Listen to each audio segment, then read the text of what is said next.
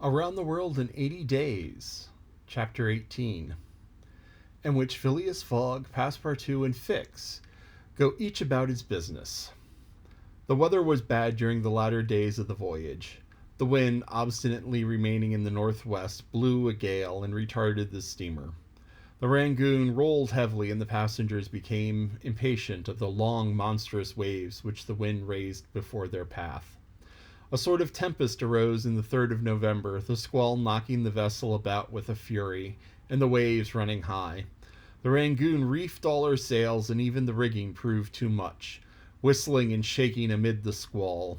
The steamer was forced to proceed slowly, and the captain estimated that she would reach Hong Kong 20 hours behind time, and more if the storm lasted. Phileas Fogg gazed at the tempestuous seas which seemed to be struggling to delay him, with his habitual tranquillity.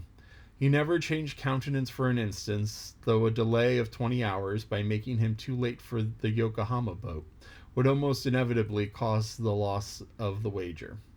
But this man of nerve manifested neither impatience nor annoyance. It seemed as if the storm were part of his program and had been foreseen. Iota was amazed to find him as calm as he had been from the first time she saw him. Fix did not look at the state of things in the same light. The storm greatly pleased him. His satisfaction would have been complete had the Rangoon been forced to retreat before the violence of the wind and waves. Each delay filled him with hope, for it became more and more profitable that Fogg would be obliged to remain some days at Hong Kong, and now the heavens themselves became his allies, with the gusts and squalls. It mattered not that they made him seasick. He made no account of this inconvenience, and, whilst his body was writhing under their effects, his spirit bounded with hopeful exultation. Passepartout was enraged beyond expression by the impropitious weather. Everything had gone so well until now. Earth and sea had seemed to be his master's service. Steamers and railways obeyed him. Wind and steam united to speed his journey. Had the hour of adversity come? Passepartout was as much excited as if £20,000 were to come into his own pocket. The storm exasperated him. The gale made him furious, and he longed to lash the obstinate sea into obedience. Poor fellow! Fix carefully concealed from him his own satisfaction, for he had betrayed it. Passepartout could scarcely have restrained himself from personal violence. Passepartout remained on deck as long as the tempest lasted, being unable to remain quiet below, and taking it into his head to aid the progress of the ship by lending a hand with the crew. He overwhelmed the captain, officers, and sailors, who could not help laughing at his impatience, with all sorts of questions. He wanted to know exactly how long the storm was going to last, whereupon he was referred to the barometer, which seemed to have no intention of rising. Passepartout shook it, but with no appreciable effect, for neither shaking nor maledictions could prevail upon it to change its mind. On the 4th, however, the sea became more calm, and the storm lessened in its violence. The wind veered southward and was once more favorable. Passepartout cleared up with the weather. Some of the sails were unfurled, and the Rangoon resumed its most rapid speed. The time lost could not, however, be regained. Land was not signaled until 5 o'clock on the morning of the 6th. The steamer was due in on the 5th. Phileas Fogg was 24 hours behind, and the Yokohama steamer would, of course, be missed. The pilot went on board at 6 and took his place on the bridge, to guide the Rangoon through the channels of the port of Hong Kong. Passepartout longed to ask him if the steamer had left for Yokohama, but he dared not, for he wished to preserve the spark of hope which still remained till the last moment. He had confided his anxiety to Fix, who, the sly rascal, tried to console him by saying that Mr. Fogg would be in time if he took the next boat, but this only put Passepartout in a passion. Mr. Fogg, bolder than his servant, did not hesitate to approach the pilot, and tranquilly asked him if he knew when a steamer would leave Hong Kong for Yokohama. "At high tide tomorrow morning," answered the pilot.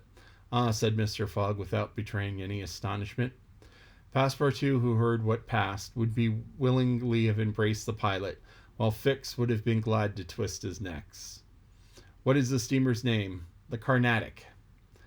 "Ought she not to have gone yesterday?" "Yes, sir, but they had to repair one of her boilers, and so her departure was postponed till tomorrow." "Thank you," returned Mr. Fix, descending mathematically to the saloon. Passepartout clasped the pilot's hand and shook it heartily in his delight, exclaiming, "Pilot, you are the best of good fellows."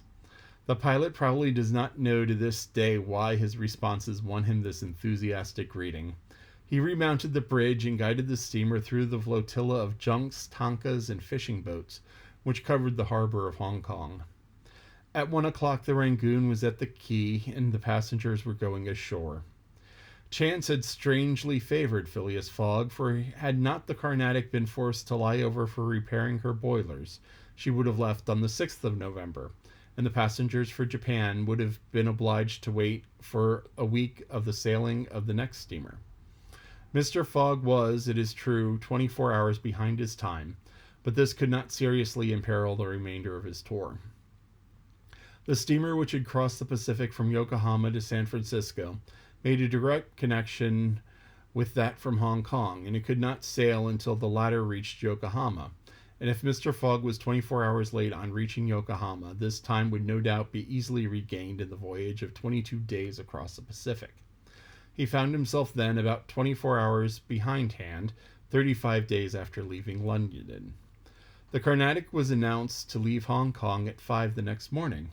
Mr. Fogg had 16 hours in which to attend to his business there, which was to deposit Aouda safely with her wealthy relative. On landing, he conducted her to a palanquin, in which they repaired to the club hotel. A room was engaged for the young woman, and Mr. Fogg, after seeing that she wanted for nothing, set out in search for her cousin Jija. He instructed Passepartout to remain at the hotel until his return, that Aouda may not be left entirely alone. Mr. Fogg repaired to the exchange, where he did not doubt everyone would know so wealthy and considerable a personage as the Parsee merchant. Meeting a broker, he made an inquiry to learn that Jija had left China 2 years before, and, retiring from business with an immense fortune, had taken up his residence in Europe. In Holland, the broker thought, with the merchants of which country he had principally traded. Phileas Fogg returned to the hotel, begged a moment's conversation with Aouda, and without more ado apprised her that Jija was no longer at Hong Kong, but probably in Holland.